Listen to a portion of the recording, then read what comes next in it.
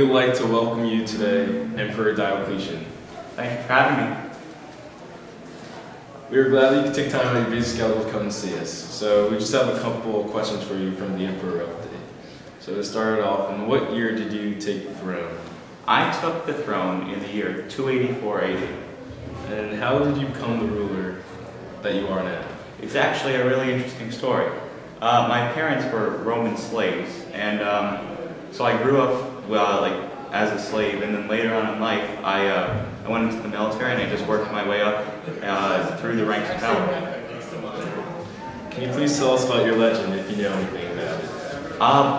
While I was a soldier, I met a witch, and she told me that if I killed a boar, then I would become emperor. So I slaughtered many boars, and it never worked. But I figured out that it wasn't the actual boar as an animal, because during war, an emperor named Numerius and a man named Aper named himself successor. And Aper means boar in Latin. So when I killed Aper, I became the emperor. This is a very good legend. Did you not have to fight someone for the actual title of the emperor? I did. His name was Quirinius, son of Carus, and I defeated him in the Battle of Maris.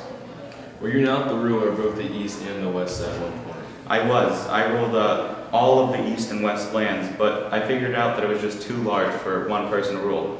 So I brought in one of my colleagues, Maximian, and I formed a diarchy, which means ruled by two. So he became my co-ruler. He got the west and I got the east. After appointing Maximian as the co-ruler, why did you feel the need to form a tetrarchy or rule by four? I did this for a few reasons. The primary reason was that the land was still too big for just two people to rule. I also wanted to lay down the foundation of an even stronger ruling system. So with four rulers that all have equal power just distributes power more evenly. Who ruled what areas? I ruled Asia, Egypt, and Thrace. Galerius controlled the legions of the Danube. Maximian ruled Italy and Africa, and Constantius ruled Britain, Spain, and Gaul. Well, that's enough right now. We'll take a quick break. While you were emperor, what were some of your long-term goals? I wanted to restore the prosperity of both political and economical sides of the empire, because I came in during a time of just unrest. How did you try to follow through with your long-term goals? Well, for starters, I made 50 provinces, and then from those I made 100 provinces.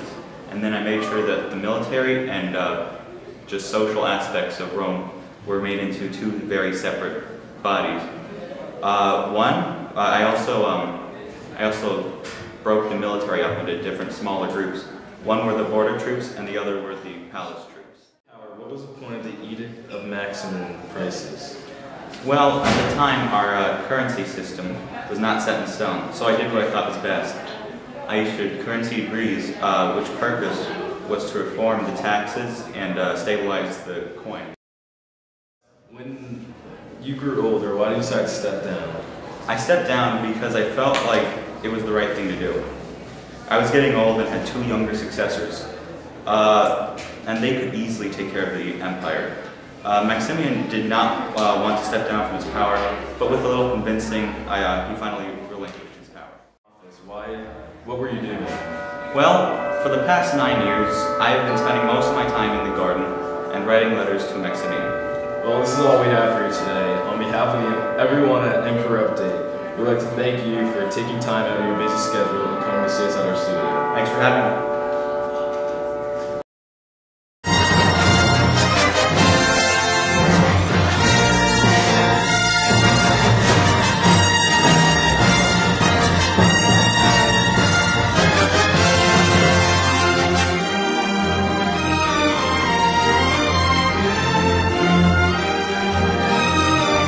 We have a special shout out to our cameraman right here.